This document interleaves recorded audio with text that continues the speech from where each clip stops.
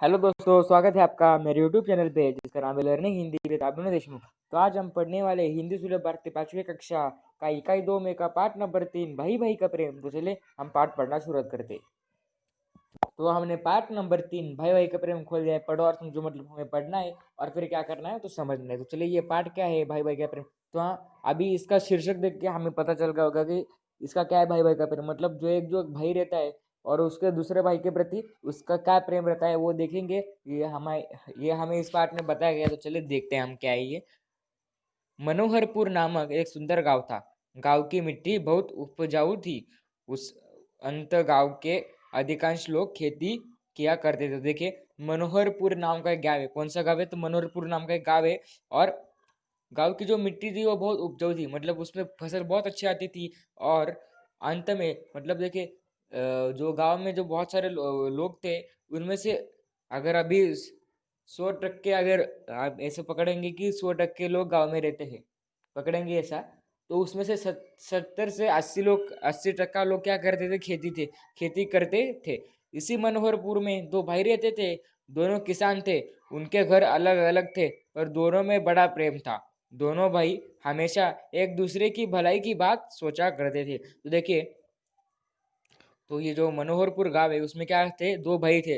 और वो दो भाई बहुत एक में को बहुत प्रेम करते थे। उनका घर अलग अलग हो, पर वो बहुत प्रेम करते थे और हमेशा सोचते थे कि मेरा भाई कैसा होगा, मतलब।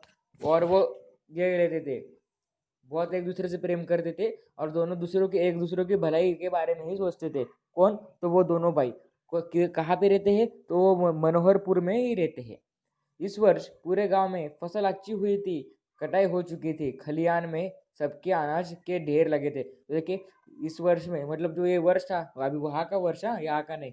तो इस वर्ष में गांव में फसल अच्छी हुई थी। मतलब जो गांव में जो फसल हुई थी, मतलब गांव में जो अनाज उगा था बहुत अच्छी हुई थी। तो क्या हुआ? तो तो सारा जो अनाज रहता है निकाला हुआ, वो उसके ढेर लगे थे। कहाँ पे? तो खेत में लगे थे और लग चुके थे। खलियान में सबके अनाज के ढेर लगे थे। देखिए, एक दिन रात में बड़े भाई लेटे लेटे सोचने लगा, मेरे दो बच्चे हैं, वे गृहस्थी में मेरा कुछ न कुछ मदद करते ही है।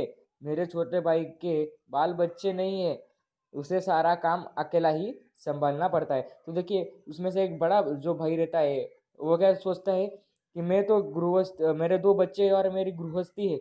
मतलब उसकी जो बीवी है वो उन्हें कुछ ना कुछ तो काम में मदद करते हैं। मतलब जो बड़ा भाई है उसकी शादी हो चुकी है और उसकी बीवी और उसके दो बच्चे उसे कुछ ना कुछ काम के लिए तो मदद करते हैं, ऐसा वो बोलता है। और जो उसके छोटे भाई है, मतलब जो उसका छोटा भाई है,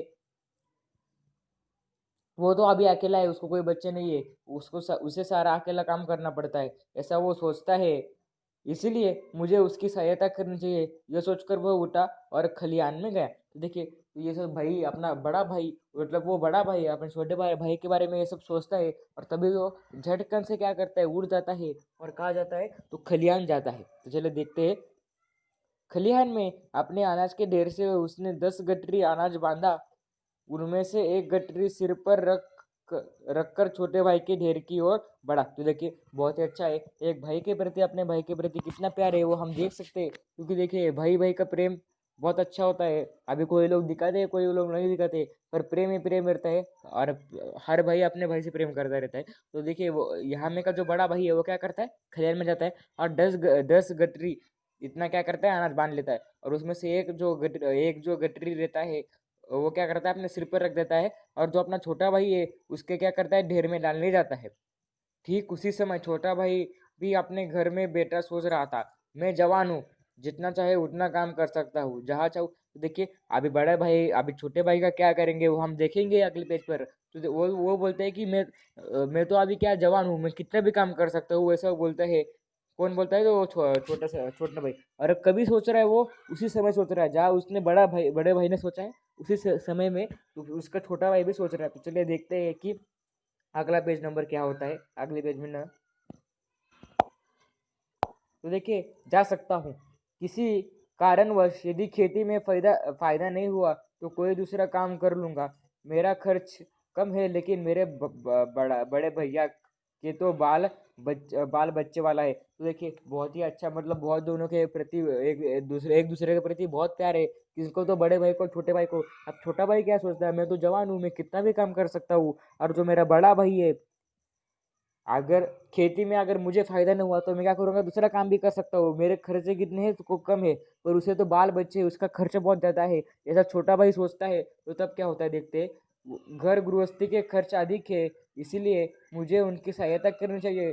वो भी उठा और खलिहान में गया। तो क्या सोचता है, घर में लगने वाले पदार्थ तो वो बहुत सारे लगते हैं, और उसका खर्च बहुत, मतलब बहुत ज्यादा है। इसलिए क्या, इसलिए मुझे उनकी सहायता करनी चाहिए, ऐसा वो करता है। और क्या करता है, खलिहान में चला जाता है। ये देखिए खलिहान में क्या करता है, खलिहान में अपने अनाज के ढेर में से उसने भी 10 गठरी अनाज बांधा। उनमें से एक गठरी सिर पर उठाकर बड़े भाई के ढेर की ओर बढ़ा। तो देखिए अभी क्या करता है, वो भी क्या करता है, 10 गठरी बांधता है, और उसमें से एक गठरी अपने सिर पर रखता है, और कहाँ जाता है, तो अपने बड़े भाई के पास जाता है।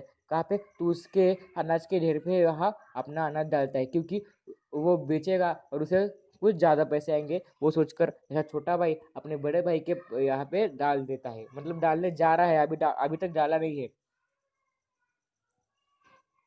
अंधेरी रात थी, हाथों के हाथ हाथ को हाथ भी दिखाई न देता था।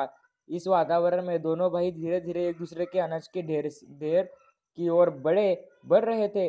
अचानक से एक दूसरे से टकरा गए। देखिए अभी अंधेरी रात थी और पहले हाथ को दूसरा हाथ दिख रहा नहीं था, मतलब इतनी अंधेरा था कि कुछ नहीं दिख रहा था। और तभी दोनों भाई अपने अपने लक्ष्य में, मतलब बड़े भाई को क्या, छोटे भाई के यहाँ पे जाने का, और छोटे भाई को क्या लक्ष्य था कि बड़े भाई के अनाज के पास जाने का।